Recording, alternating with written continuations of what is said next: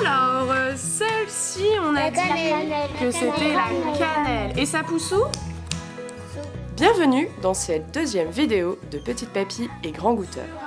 Nous allons maintenant découvrir le programme au sein de la communauté éducative. Quand on mène un projet pédagogique comme Petite Papy et Grand Goûteur, il y a plein de partenaires, plein d'acteurs qui rentrent en jeu. Tout d'abord, on a des partenaires financiers et techniques qui sont les institutions comme l'Agence régionale de santé, Hauts-de-France, et puis les rectorats de Lille et d'Amiens. Ensuite, on a aussi des acteurs de terrain qui sont des partenaires privilégiés, comme évidemment les enseignants des écoles avec qui on prépare tous les programmes. Et après, lors des animations, on a aussi d'autres partenaires qui sont les parents d'élèves et aussi les infirmiers et infirmières scolaires. Ensuite, parfois, sur les territoires, on trouve d'autres acteurs comme des centres sociaux, les acteurs du périscolaire, de l'extrascolaire, pour pouvoir accompagner aussi le projet. Ça nous semble très important de ne pas être seul dans les actions, mais vraiment de tisser un réseau d'acteurs qui partagent un langage commun et des actions communes pour que les enfants aient des messages cohérents autour du bien-être alimentaire. Écoutons donc Audrey, Élise et Hervé qui vont nous expliquer le rôle des parents durant les ateliers. Quand les portes de l'école s'ouvrent, l'animateur sensoriel prend en charge les parents. L'enseignante ou l'enseignant prend sa classe comme d'habitude pendant une quinzaine de minutes. Nous, on accueille les parents dans une salle à côté où on leur explique pendant ce temps-là ce qu'ils vont faire avec les enfants.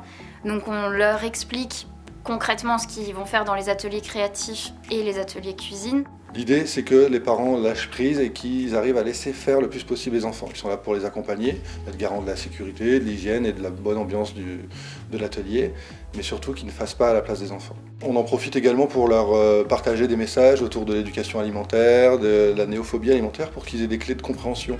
Vous voulez bien fabriquer un objet qui sent bon pour la maison de la sorcière? Oui! Ça, c'est trop cool. Le briefing a été très clair.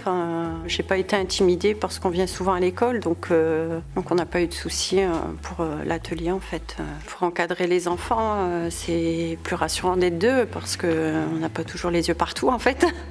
Pour moi, c'est très important de participer à la vie de l'école. J'aime bien participer avec les enfants et au moins j'apprends aussi des choses. J'ai aimé voir les enfants participer en fait. Comme ça, au moins ils découvrent et c'est agréable.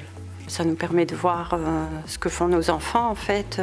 Je me suis déjà inscrite, je reviens à toutes les séances. C'est pas de la salade. Des feuilles d'épinards. Super Isaac. Et maintenant, laissons la parole aux enseignants.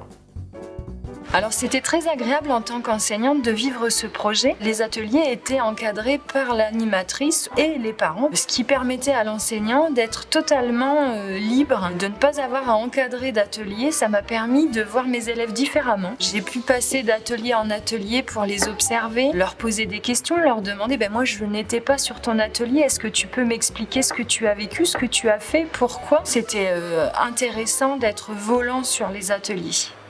Allons voir du côté des politiques locales.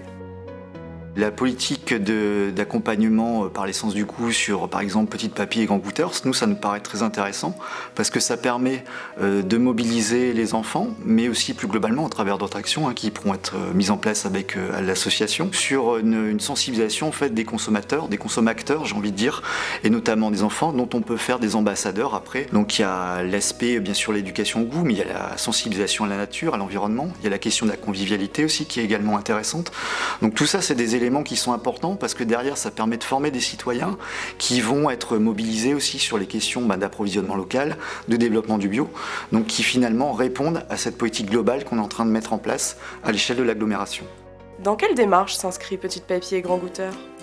L'idée, c'est d'avoir une démarche vraiment systémique, c'est-à-dire que sur la question de l'alimentation, on sait très bien qu'on ne peut pas simplement passer des messages aux habitants en espérant qu'ils mangent mieux, on ne peut pas toucher d'un côté les producteurs en disant voilà, produisez plus. L'idée, c'est de vraiment créer une chaîne complète du producteur au consommateur, en passant par les intermédiaires, pour essayer de sensibiliser l'ensemble des intervenants et de créer en fait un système qui soit vertueux, qui à la fois amène une plus-value, on va dire, sur le plan social, mais également une plus-value sur le plan économique et sur le plan environnemental. Donc cette démarche, en fait, c'est le triptyque du développement durable. Et vous les enfants, avez-vous des choses à nous dire? Moi, qu'est-ce que j'ai préféré faire, c'est la cuisine. J'ai cuisiné des tartinades de laitue guacamole. Ce que j'ai préféré moi, ce matin, c'était la cuisine. Quand j'ai préféré ce matin, c'est quand on a goûté la vanille. Tout ce qu'on a fait ce matin, j'ai tout aimé. Merci de nous avoir regardés. Retrouvez-nous sur notre 3e vidéo pour découvrir la formation Petite Papy et Grand Goûteur.